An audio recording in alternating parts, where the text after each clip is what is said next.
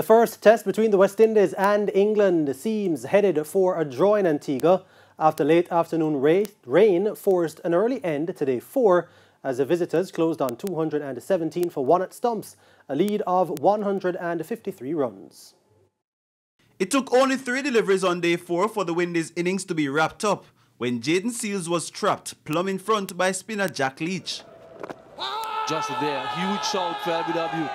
2 byes added to the total as the innings ended on 375, a lead of 64 runs. The tourist, faced with a deficit and a new-look batting order, was once again exposed by Kemar Roach, pinning debutant Alex Lees in front for 6 at 24 for 1. Crawley 18.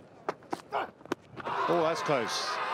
That is close enough for the finger to go straight up. This gave an opening to the Caribbean team on a placid day 4 surface that offered little or no assistance to the bowlers. However, Zach Crawley and Captain Joe Root joined forces to defy the Windies' attack in an unbroken 193-run second wicket stand. Crawley has been the aggressor in the partnership with 16 boundaries that saw him registering a second Test century effortlessly.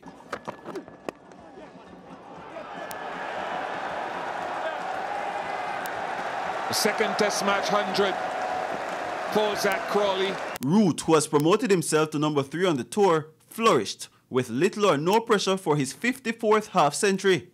Root closed the day on 84 from 158 balls and Crawley 117 from 200 deliveries. What appeared to be a tricky examination for the visitors saw the Windies bowlers leaking runs for the English to end on 217 for 1.